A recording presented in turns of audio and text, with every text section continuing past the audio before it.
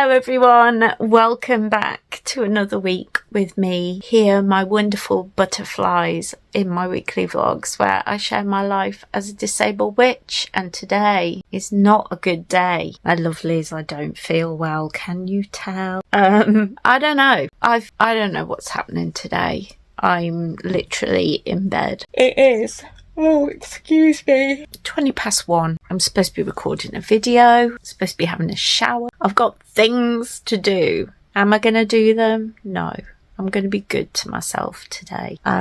So we're just resting. I have a cup of tea. I'm in a lot of pain today. And my jaw is moved this way. I don't know if you can tell. So there's that. I'm having a lot of pain in my tongue. Muscular pain in my tongue, and all down this side of my face is painful. Nerve pain, just. So I feel like someone's punched me in the side of the face. That is basically how I feel. This is not a good start to the week. So I don't know how much magic is going to be achieved today, and that's okay. Sometimes the magic is surrendering and just taking care of yourself. So we're just going to have a cup of tea and see how we go, is what I'm trying to say. Guys, I'm going to rest and I will catch you all in a little while. Maybe tomorrow, maybe later on, but whatever happens, I'll see you on the flip side. Oh, and this little man's in a mood now because I have had a cup of tea brought to me, but no biscuit. It's like, what? You don't even have a biscuit? What's the point of you, mummy? Good morning, my lovelies. I hope you all are doing well. I'm feeling so much better today, as you can see. Yesterday I was just in bed and then I played Animal Crossing. That was it. Then I went back to bed again. You didn't miss much. But today I've just done some cleaning downstairs and I was just kind of reflecting on the last few months, probably the last 6 months. I've been trying to get back into a good routine, a good daily routine. And I've talked about this a lot, and if you've watched my vlogs for a while, you're probably like, you know, I've heard this before, Beverly. But I will say that trying to get into a good routine is something that everybody struggles with. If it was easy to set up a good, healthy routine, then everyone would be doing it every day, and it would be so easy and everything would flow. This year, I want to move with intention. I want to set my intentions every day. I want to get better at flowing with how I'm feeling and flowing with the days of the week and flowing with my spiritual life into my life. And that is something that I've struggled with for a long time. And it's something that probably many of you struggle with as well. And I know at the beginning of the year, my little slip of paper, my wish that was for me to work on was daily spiritual practice. And I am actually doing that. I'm setting intentions every day. I am using scent like January is peppermint, is one of the scents that you can work with. And so I've bought these like roll-on essential oils that are really nice to just kind of bring the aroma around me of the month. And I think I'm going to keep up on this throughout the month. I keep it on my little glamour altar. Let's head into my witchcraft room. Today's been hard so far. My brain feels overwhelmed and I feel overwhelmed. I've just done journaling. I'm trying to get into daily journaling. I'm not very good at it yet. And I also did some of the work in my psychic's handbook today, and doing those things have really got me thinking even deeper, like, what is my purpose on this earth? Why am I here? I even got this card from Archangel Michael that says, embrace your life purpose. I'm guiding you towards your divine life purpose. Whatever makes your heart joyful is what you're meant to be doing. We're getting into the deep, heavy hitting things in January this year. I am getting hit with it.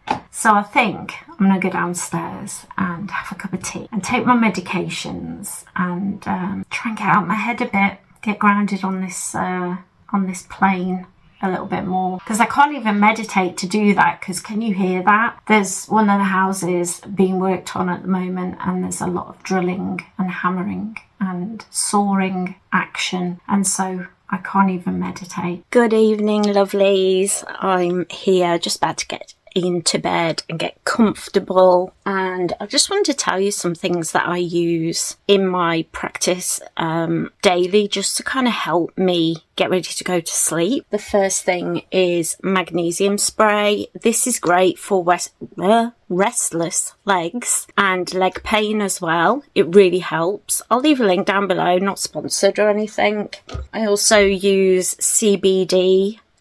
This is the spray, it goes under your tongue. I do prefer the capsules, but this works really well too. This just helps me relax and go to sleep. I basically take it about half an hour before I'm due to go to sleep. I use lavender essential oil. This is a roll-on that I use on my pulse points. It just really gives me that aura. I also use, turn you around, this is it's a light, like an evening light, but it melts oil in there, and in there I've got chamomile and lavender oil that I get from an Etsy store. Isn't that a beautiful light with all the butterflies? So those are the things that I use. I also pull a card from the Sweet Dreams deck. This deck's great. It's a lovely little deck. I just pull like a little affirmation for the night to think about, and I have a big chunk of amethyst next to my bed as well, which really helps me to relax. Here's my little man. Having cuddles with the little fur monkey helps as well, doesn't it? But yeah, we've had a really lovely day. I think I'm going to use, I've got this really great app called, I can't remember what it's called. It's like a daily habit building app. I'll leave a link to it down below, but it's got like a breathing thing where you like follow it, breath work. So I'm going to do that. Then I'm going to just get comfy and cozy for the night, and I will see you all in the morrow. Good night.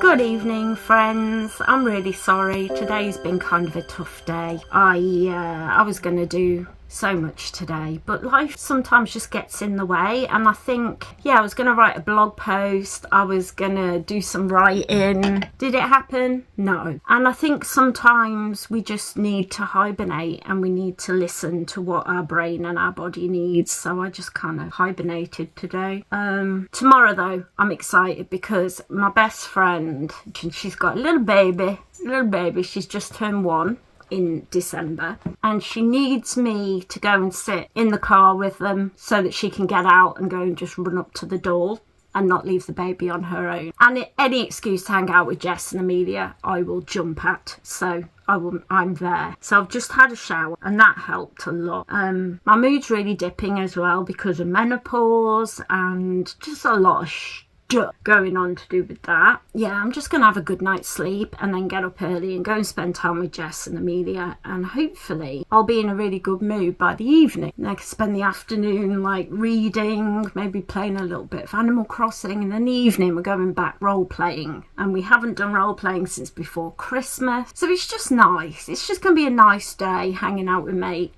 I treated myself because, do you remember I was talking about the magnesium spray? I think that was yesterday, but anyway, I sprayed my legs with this magnesium stuff, and it was really, really good. It stopped my pain, but it was really messy. So I treated myself to the cream version.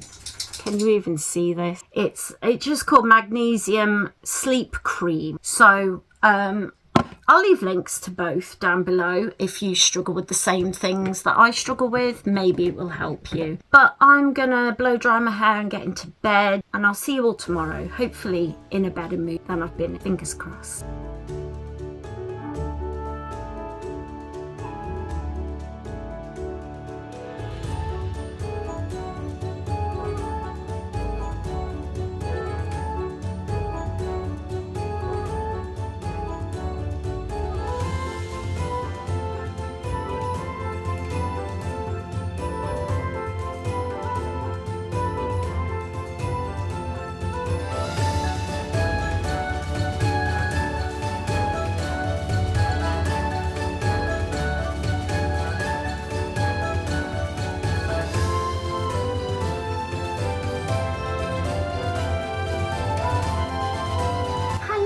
Lovelies, hello, Hello, welcome back. I'm feeling much better. Wednesday was not a good day. Thursday was kind of busy. So I'm feeling good today. I'm feeling better now I'm out. I think a lot of it was like depression and not leaving the house and just feeling a bit crabby and down and meh. And it's okay to have weeks like that. We all have them, no matter where your mental health is or where you are in your journey. You are always going to have days where you just feel rubbish, and it's okay to just rest. So my plan this year is to read the books I have. I kept buying loads of books last year. I don't know what it was, and I ended up with loads of books on my Kindle and loads of books in physicalness, witchcraft books that I bought, and there's lots.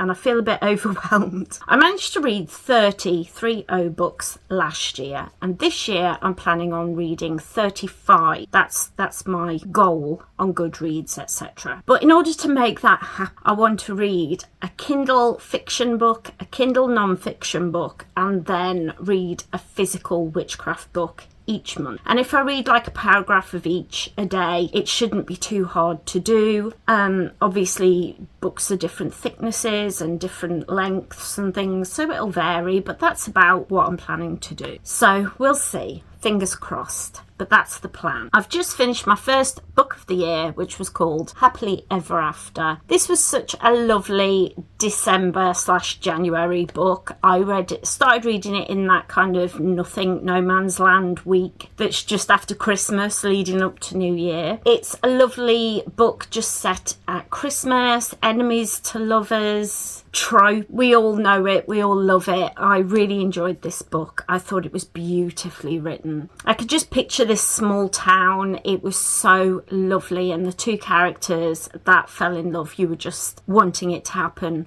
all along. Plus there's a really cute dog in it called Elle, and I'm sorry, but yes, we all want a little white dog called Elle, do we not? I really enjoyed this book. I just thought it was beautiful, so I do want to read her other books, but I'm not buying books until I've read the books that I've got. I've just started reading the first book from my Kindle library, and it's called The Midnight Bookshop. This is a book that I've heard so many people talking about, like on TikTok and YouTube and all the bookish places online. It looks really magical and whimsical. It's about this magical bookshop, and we follow three characters.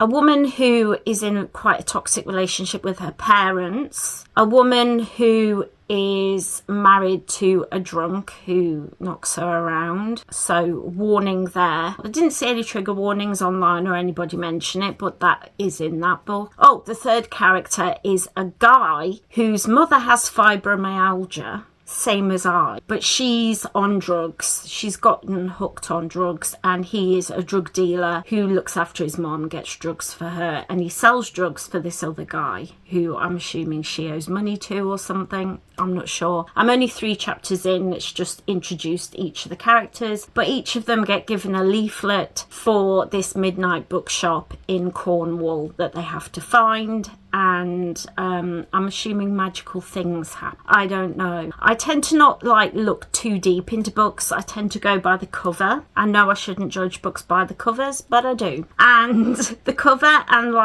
just what people are saying, I prefer hearing what people are saying about books rather than critics and stuff. So we'll see what it's like, but I'm quite excited to read that book. I will leave links for more information on both books down below, but right now let's head into my witchcraft room, get some incense going, light some candles, and we're going to do some art magic.